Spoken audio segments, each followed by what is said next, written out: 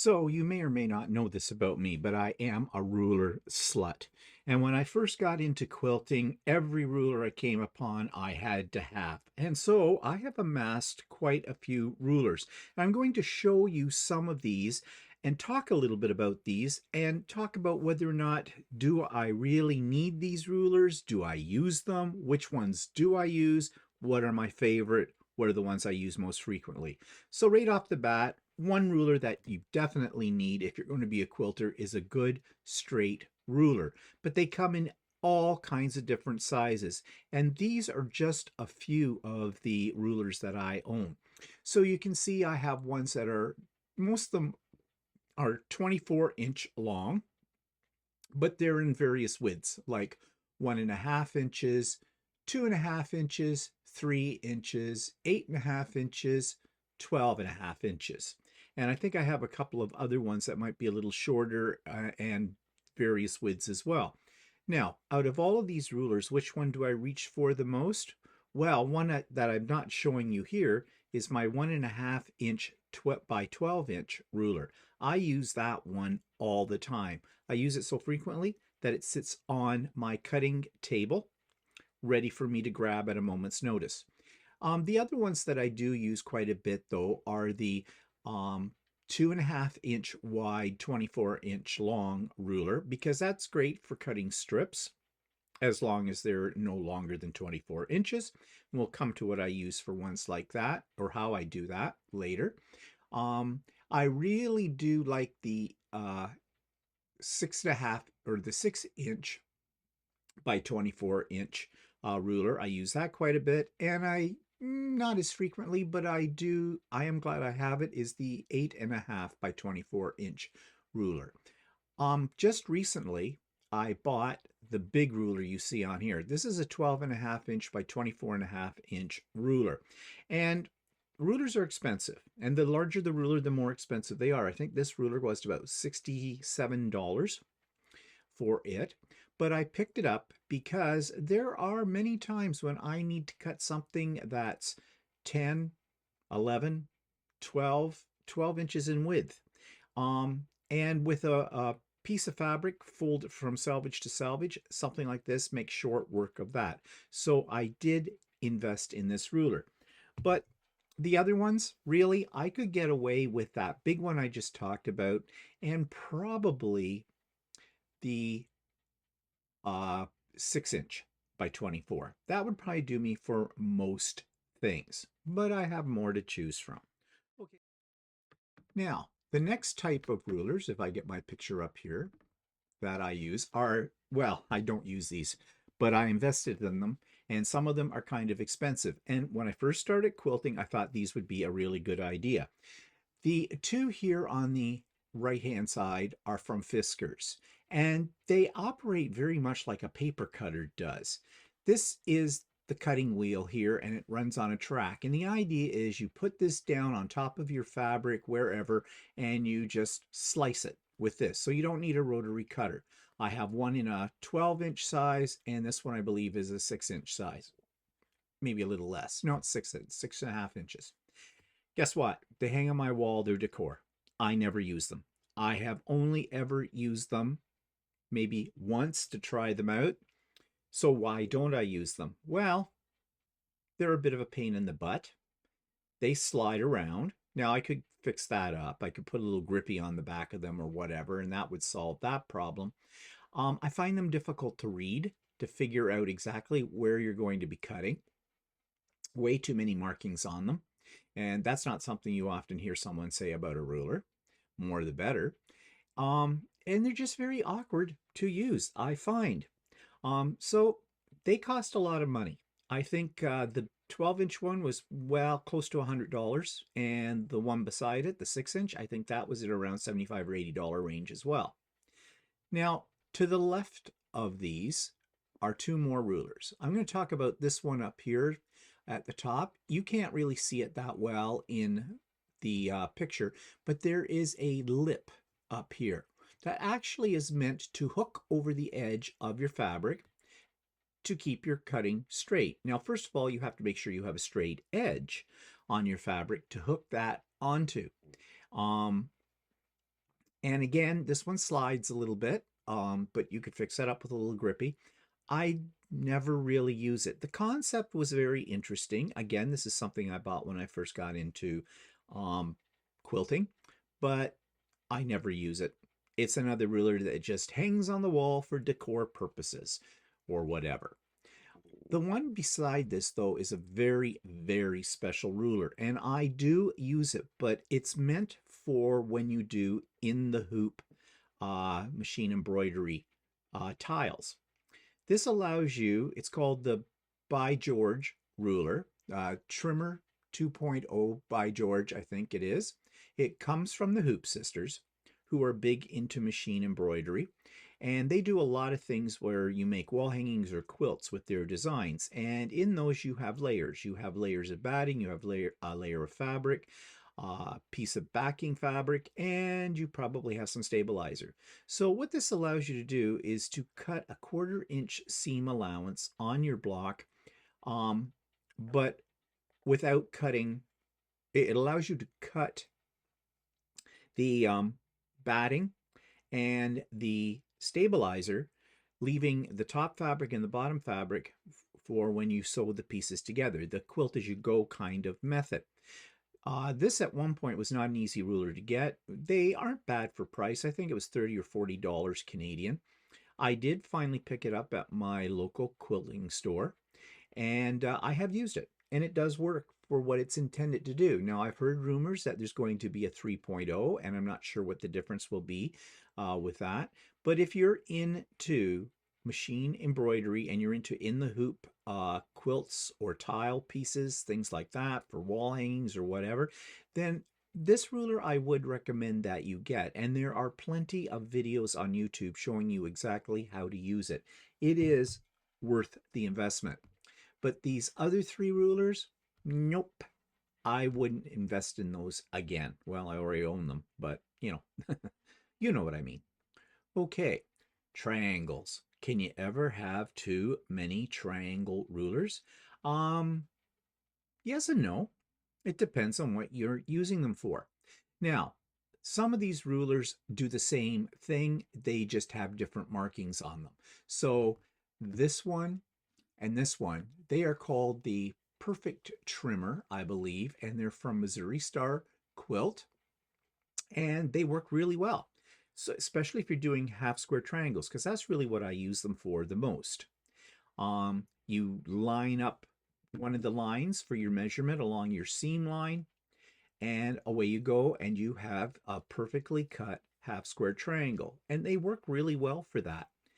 And these particular ones by Missouri Star Quilt have these little divots or cut in pieces, and those are meant for you to trim off the dog ears. So, you've got your half square triangle in triangle format. It hasn't been opened up yet and pressed. And so you trim it down and you have the little dog ears, and you can just stick your rotary cutter in there and off they go. Now, I'll be honest, I find that awkward. I don't do it. I cut all my dog ears off with a pair of sharp scissors after I have pressed them open. But it does work, and there's nothing wrong with these rulers at all. They work very well, except they're a little weak where these little slots are. And if you look here carefully at this one, you can see that the tip broke off. And it broke off because this is the weakest part of the ruler. And that's something I don't like about the design of these rulers. I prefer, if I'm going to do half square triangles, to use the strip tube Junior and the strip tube ruler. These come from Cozy Quilt Designs, and they work the same way as the Missouri Star quilt rulers do, with the exception they don't have the little divots in them for cutting off the dog ears. But I like them. The markings are very clear. I have 2 different sizes because one does whole numbers, the other one is more based upon half inch markings. This one, I believe, this one's half-inch markings. This one, difficult to see in my picture. Well, I think it has half-inch markings too, but this one's a little easier. It depends on the size of the half square triangle that you are cutting out, which one you want to use. But very, very effective. I do use these 2 rulers a lot. This one is called the Folded Corner Clipper, and to be honest, I've never used it. It's a good idea. It's another way of handling trimming your half square triangles and putting the marks on it for sewing. Um, I do the one where you just simply draw the line from diagonally from corner to corner, and that works for me. This does eliminate that step. You don't have to do that with this ruler. And really, it's whatever you're most comfortable with. This one, this ruler, I am not absolutely sure why I have it, but I did buy it, I think, from the Missouri Star Quilt um, website. And it's basically to make a wedge. And I think I may have used it once for a project and never used it again. Not because it doesn't work, it's just that I've never made that block again. Similarly with this one, this is what's this, an equilateral triangle? Um, and again, I'm not sure why I bought this, but I bought it for something. And if I remember correctly, I think I bought this one for making a certain type of block in a table runner that I had the pattern for, but I don't think I've actually used it because I don't think I made that pattern. So there you go. I do have other triangle rulers as well. I have one I bought recently for working on the one block wonder panel quilt. I had a larger one, but the instructor recommended the smaller one, and they were right. It's just a little easier for that project to use with. And the larger one, yeah, I bought that for a project. Again, I was making some sort of table runner, I believe it was, that had a lot of triangles in it, large ones, to create the pattern. And I only made one of those, and I've never gone back and I've never used the ruler again. However, having said that, having 60-degree rulers, because that's what these are, 60-degree angle rulers, there are a lot of patterns out there that you need those for, so they're not a bad investment. Whether you need a variety of sizes in them, that's really up to you, your comfort level in cutting. I find the smaller one works the best. Okay, then we have your square rulers, and I have a wide selection of these. I have them as small as 1.5 inches square, then a 2.5, 3, 4, 6.5, and 8.5, which is what this one is in the foreground. I think that one is a 6.5, I believe. Or no, that might be an 8-inch. Yeah, sorry. This one is a 9.5-inch ruler. This one is an 8.5-inch ruler. And the one at the back here, I believe, is a 6.5-inch ruler. And I have multiples of these for various things. I also have a 12-inch square ruler, 12.5-inch actually, and I have a 20.5-inch square ruler as well. Now, I don't use the bigger ones that often, but they're nice to have when you're dealing with really large blocks. It makes your life a little bit easier with that. Now, of course, the larger the ruler, the more expensive they are. So like the 12-inch ruler, I think I bought when it was on sale, and I think it cost me about $110, I think, at the time. Um, Prices may vary in your area, however. But yeah, the square rulers I grab a lot. I use them a lot. They're probably the rulers that I use the second most next to my straight rulers. Then you have specialty rulers. And this is something that manufacturers of patterns and things like that will recommend a ruler for you, one of their rulers, and make it sound like it's definitely something that's needed for their pattern. In most cases, you can probably do the pattern without buying their specialty ruler. Now, one person that puts out a lot of rulers is Deb Tucker. And everybody's heard about the Tucker Studio rulers. And these are a few of those. The Wing Clipper 1 and 2 are two of her most popular rulers, and they are good. They're great when you're making flying geese and for other things. And the one thing about Tucker rulers is they can be used in multiple ways. So if you buy something like the wing clipper, you can use that for different things. It's not a one-off. But often, many times, specialty rulers are just that. They are a one-off. Now you see I've got one still in the package and you see the price. They're not cheap. Again, none of the rulers are cheap. $31 I paid for the corner beam. And why did I buy that? Because I was thinking I'd make this block someday, and this ruler made short work of that. Again, there are other ways to make this block where you don't need this ruler, but I bought the ruler and I haven't yet made that block. Must get around to it. In fact, to be honest, until I dug these rulers out of my pile today, I'd forgotten all about this one. And this one here is the Tucker Trimmer 1. Again, it allows you, it shows you, usually on her ruler, she shows you the block that it will make, and it just makes short work of this hourglass block kind of thing. So yeah, the Tucker rulers are great, but you can go down the rabbit's hole with those, and you can end up spending a lot of money on Tucker rulers because it never seems to end. She has a ruler for everything. Now, speaking of specialty rulers, here's a few other ones that I have bought, I've tried, and for one reason or the other, they just sit in my pile. I don't use them again. Now, I was talking about specialty rulers. So if you look at this one up here, it's the pineapple trimming tool. If you make a pineapple block, this tool is very good. It'll handle various sizes of the pineapple block. And yes, you do not need this to do a pineapple block, but it does. It really does make your life easier. So if you're into making the pineapple block, pineapple quilts, I recommend investing in this ruler because it works really, really well. And by the way, most of my rulers are creative grids rulers, unless they're ones that are very specialized to a designer like Deb Tucker or Quilt in a Day, which I'll talk about in a minute. But most of these rulers are available through Creative Grids. And I do like Creative Grid rulers because they have a coating on them that keeps them from sliding on your fabric. They're really great. The markings are usually very, very clear, and they're good quality. You're going to pay for it, but they are worth the money. Now, this one is another tool I can't live without because this one makes short work of making flying geese. I think the ruler's upside down right now, but there are two edges to this.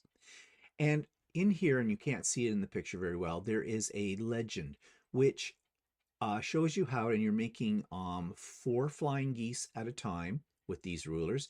It tells you what size the fabric needs to be cut to initially, and from there, you just match up these markings according to this legend, and you get your various sizes of flying geese.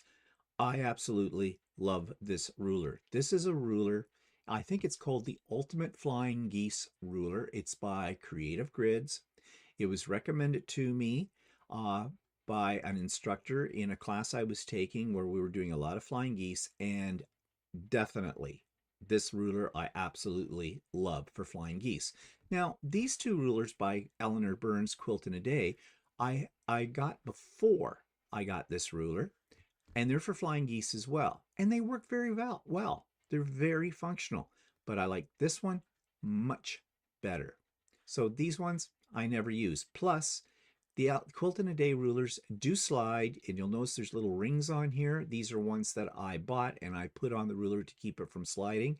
I did this before I knew about the Grippy, and I think everybody knows what Grippy is. Grippy is a spray solution that you sprayed lightly on the back of one of your rulers and let it sit for a minute, and it dries relatively clear. It's a little cloudy, but you can still see through it, so you can see your markings and your fabric through it. And it keeps your rulers from sliding. It is great stuff. Now, this one I got way at the very beginning of when I started quilting because this was supposed to help you make your binding. I hate it. I do my binding without using a ruler in terms of, it's for joining the binding. It does work. I've used it. I just learned a different method, and that method works for me better than the ruler. So this ruler I never use. Now there's some other things you can use this ruler for as well, but it's principally meant for joining your binding together. So that takes me to some more specialty rulers. And of course, if you want to cut curves, there is this ruler. And it has, different sizes depending on where you put in the track. I find it very cumbersome to use. I find you need to use it with a 45 or smaller um, rotary cutter. 60 millimeter might work in the big ones on the outside, but these ones inside, very awkward. More chance of slipping out of the groove and cutting across your ruler or worse. Never used it. Never use it. Now, when I want to cut circles, I actually have a circle cutter, which is not a ruler. It's another device. And of course, now I have my AccuQuilt system. So I have been buying the circle dies for it, which I find makes life even easier. This ruler I thought was a good idea. I have not used it, but I know how it's used, and it's for cutting your pieces for a log cabin. And although it's just straight cuts for a log cabin, it can get very tedious when you're cutting them, and it sometimes your ruler slips and you get a little crooked piece in there. This helps you avoid that, and it's various sizes of it. But as I said, I have not yet used it. I have another one that does log cabin pieces for a log cabin block as well. That's different from this, and I have never really used it either. I need to make some log cabin blocks and try the two of these, and that might be a future demo video of that to show you how well they work, or if they work at all. This is a ruler I cannot live without, and I have its big brother as well, but I didn't put it here because it looks the same except much larger. This is a stripology ruler, and it allows you to do what the name suggests, cut strips. And it works really well. Now, this one is for smaller pieces of fabric. The large one will work if you fold your fabric salvage to salvage, and it'll fit underneath, and away you go. I use these rulers all the time for cutting strips. Of course, now I have an AccuQuilt machine, and I have the dies that will cut 2.5-inch strips. So when I need a 2.5-inch with the fabric strip, for binding or something like that, I will use my AccuQuilt. And I also have a couple of other dies for cutting 1.5-inch, 2-inch, and I think up to about 5-inch. So I tend to use the AccuQuilt more so than the stripology rulers. But nevertheless, I still use my stripology rulers quite a bit. I mean, sometimes you just need one strip of fabric or two strips of fabric, and rather than getting out the AccuQuilt, I just grab my stripology ruler and away I go in seconds. So I really recommend them. But one word of caution, especially with the big stripology ruler, they are weak. Where these slots are that you put your rotary cutter into to cut the strips, you have to be careful on the ones on the end, not on this size so much, but on the big one, because it's very flexible, flexing because it's so big. And I have broken through one of these little holes right here and down on the edge. Now, I was able to fix it with some clear packing tape, and that seemed to work okay. But I did eventually replace it with another one. I bought a replacement for it. Actually, I still have the old one with the crack in it, just as a backup kind of a thing. So you do need to be careful with that. Any rulers that have slits in them, you have to handle with a little bit more care, because you could have a problem. And be careful when you're cutting through them too, because if you nick this inside part in here, in a ruler like this, for example, or even in here, you're not going to get an accurate cut. And over time, that becomes a weak spot and can break off. So those are the rulers that I'm using right now. I didn't even talk about templates. I have all kinds of templates as well. A lot of them are one-off. I bought them for a specific project and I never did the project again. So that was a lot of money. So money, let's talk about money here. How much money have I spent on rulers? Well, let's just take a look at this picture here. If this one was about $67, so let's say 60 bucks, this one was probably 50. These two were probably each at least $20, maybe more, and this one. So let's just say 20. I'm rounding it off, and I think I'm rounding low. So 20, 40, 60, 110, 170. There's approximately $170 worth of rulers in this set alone. These ones, that one was over 100. This one was close to 100. This one was about 30 or 35. This one was probably about 40. So we've got here almost another $200 worth of rulers. These, on average, $20 a piece. 1, 2, 3, 4, 5, 6, 7. Let's say 7 at 20, about 140, 120 to $140 there. These two are usually in around $25 to $35 a piece. So let's round it to 30. There's $90 worth of rulers there. These ones vary, usually though, around $15 to $20 a piece. So let's be conservative, say 15. Well, no, let's not, because this one was 31. It's right there. So I'm underestimating here. So let's go for 20 on these three. That's 60. And there's another $91 on the rulers. And then we have these. And specialty rulers tend to be even more expensive. So this one, the flying geese, or the pineapple one, oh, okay, I don't know how I did that, but I did. And let's just go back. Okay, so this one, the pineapple one, probably cost me about $35. This one I know cost about $30. These ones were about $15 or $20 a piece, and this one was probably about $15 as well. So $45 for those three in total if they were $15 a piece.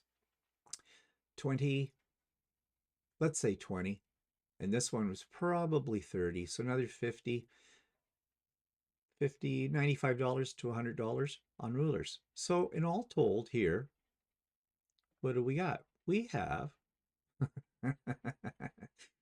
about $750 worth of rulers just in that, and that is only scratching the surface of my rulers. So yeah, rulers are expensive. It adds up over time, and it seems like a bit of a waste of money if you're not going to use the rulers. So what is my suggestion for not becoming a ruler slut? If you're just starting out, buy yourself 2 or 3 standard rulers. I would recommend 24 inches long, and I would recommend no less than 6.5, probably 8 inches in width. And then you might want something a little smaller. Like my 1.5 inch by 12 inch ruler, I find very handy. And then from there, as you get better at what you're doing, oh, and a square ruler. You should probably have a square ruler, and I would recommend about a 6.5 inch square. That would get you going with a lot of projects at the beginner level. When you start getting into more specialized blocks and things like that, you might want to invest in, say, like a flying geese ruler, or pineapple ruler, or whatever. Build your collection, but you don't need every ruler on the market. So be discriminatory when you're thinking about what rulers you may want, because it's going to save you a lot of money. So that's my review of rulers. You probably have your favorites. If you've been quilting for a long time, I know that you do. So will I stop buying rulers? Probably not. Who knows? There'll probably be a ruler come along for a class I'm taking that someone will recommend, and at the time it will seem like a really great idea for me. So I will probably buy more rulers. That's what we do when you're a ruler slut.